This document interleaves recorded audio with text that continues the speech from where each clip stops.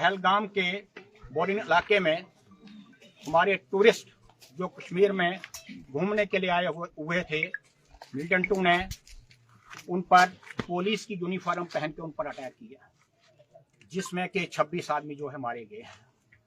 तो इस प्रोटेस्ट करने का मकसद इतना कि उन परिवारों के साथ हम अपनी हमदर्दी प्रकट करें, बाकी इसका कोई मकसद नहीं है कि वो क्यों मारे गए।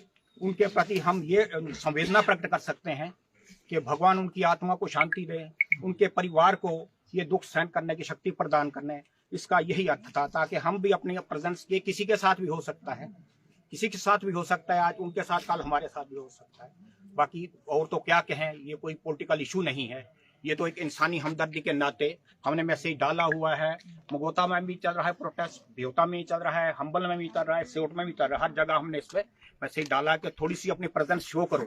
ये इंसानियत का तकाजा है, इंसानियत के लिए इंसान को अपने ख्यालात का इजहार करना चाहिए।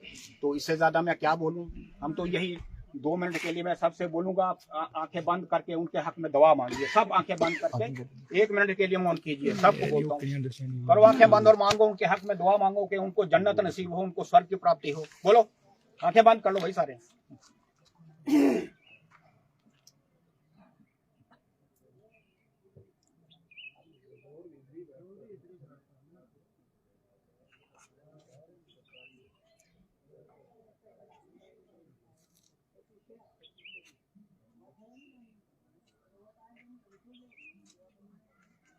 ओम शांति। तो इन्हीं शब्दों के साथ मैं अपने आप को आपसे अलविदा कहूँगा, मगर आपको हर तरीके से होशियार रहना पड़ेगा। ये मत समझिए कि हम सेफ हैं, मिलिटेंसी किसी भी कोने में जा सकती है। अब वो लोग वहाँ पर किस लिए गए थे, सैरो तफरी के लिए गए थे ना, तो किस हालत में आए थे और किस हालत में वापस चले गए। और डेड बॉडी उनकी जो वापस जा रही है। हमारे रात को ही 8 बजे हमारे होम मिनिस्टर अमित शाह जी श्रीनगर में उतरे हैं। प्रधानमंत्री जी अरबमा रात में 2 दिन के दौरे पर थे, बीच में अपना दौरा छोड़ के मतलब वो दिल्ली में पहुंच चुके हैं। तो ये इस किस्म की हालत है, इसको थोड़ा माइंडर में मत लीजिए। हर आदमी को मैं कहूंगा कि अलर्ट रहिए, होशियार रहिए, और आपको किसी किस्म की मूवमेंट मिलती है तो कम से कम पुलिस तक जानकारी दीजिए, आर्मी को जानकारी दीजिए। अब जानकारी नहीं देंगे तो फिर हशर तो यही होगा। और इससे सबसे मैं कहूंगा ये जो पहलगाम का जो ये मास्कर हुआ है, इसमें टोटली सिक्योरिटी फेलियर्स है, इंटेलिजेंस फेलियर्स की वजह से ही हुआ है। वहां पर तो मैं एक लेडीज का पढ़ रहा था कि हम इधर उधर देखते तो वहां हमें बचाने वाला कोई नहीं था। उनने सिर्फ एक बात की कि मर्द अलग हो जाओ, औरतें अलग हो जाए। उस पर फिर उनको ये कहा गया कि कलमा पढ़े, कलमा तो हिंदू को कहाँ आएगी, तो वो टारगेट किलिंग हो गई। तो इस वजह से वहां पर इतना जबरदस्त मास्कर हो गया कि जिस पर हम कुछ बोल ही नहीं सकते हैं कि क्या हुआ, कि भगवान किसी के साथ ऐसा नहीं कहे। यही मैं कहूंगा, इससे आगे मैं कुछ नहीं बोलूंगा। धन्यवाद।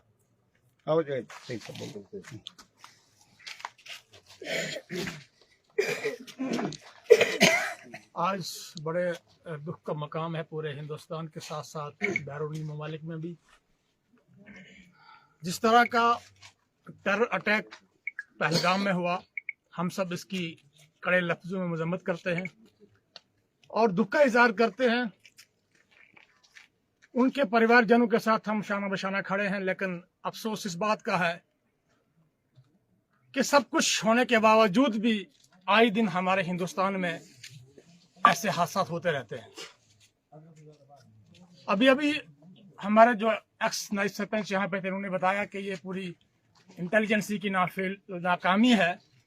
तो मैं ये कहूँगा, इसमें कोई शक नहीं कि हिंदुस्तान एक बहुत बड़ा मुल्क है जिससे पूरे ममालिक कतराते हैं, लेकिन हम अपने घर में ही कमजोर हैं। इस पे हमें जरूर गौर करने की जरूरत है।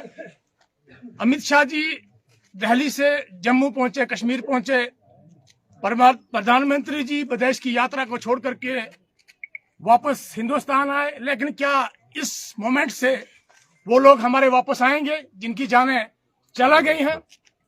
मैं इस प्रोटेस्ट के माध्यम से उनको यहां से यह कहना चाहता हूं कि आपने जो हमारी बेल्ट फोर्सेस आर्मीज की जो कंट्रोल में रखा है, उनको थोड़ी सी इजाजत दीजिए।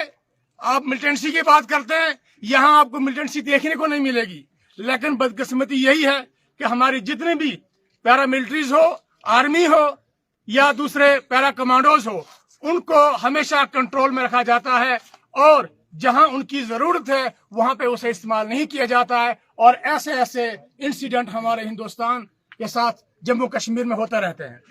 कब तक हमारा जम्मू कश्मीर इस आग में झुलसता रहेगा? पिछले 40 साल से हमारा जम्मू कश्मीर इसी आग में झुलस रहा है। जम्मू कश्मीर में बैरूनी ममालिक के साथ साथ बैरूनी रियासत से लोग यहाँ पे सैर सपाटा करने आते हैं। जिस नीयत से वो लोग यहाँ पे आए थे, क्या वैसे ही वो वापस जा रहे हैं? मैं तो क्लियर फेलियर कहूंगा जम्मू कश्मीर के सरकार, साथ साथ के सेंटर की सरकार। क्यों नहीं उन टूरिस्टों को प्रोटेक्शन दिया गया? क्यों उस इलाके में कोई भी मिलिट्री या आर्मी फोर्सेस नहीं लगाई गई? इस वक्त पूरे जम्मू और कश्मीर में लाखों की तादाद में सैलानी है, क्यों उनको अकेले छोड़ा जा रहा है? किसने आपको ये कहा कि जम्मू कश्मीर फ्री मिलिटेंसी है या यहाँ पे बिल्कुल पीसफुल है? मैं तो ये कहूंगा कि जम्मू कश्मीर अभी तक उसी मिलिटेंसी में झुलस रहा है जिसमें आज से 25 या 30 साल पहले था। क्योंकि ये जो मासूम लोगों की हत्या हुई है, क्या कसूर इन लोगों का था? क्यों उन पे गोलियां चलाई गई?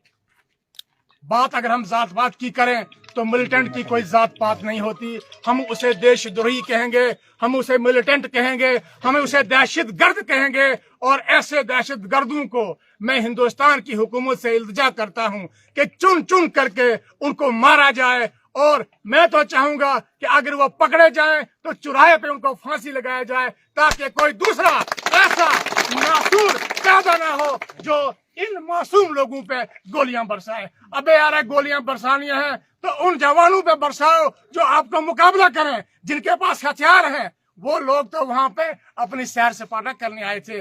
कोई सेल्फी ले रहा था, कोई खाना खा रहा था, कोई ड्रिंक पी रहा था, और आपने उन निहत्थे लोगों को गोलियों से भून दिया।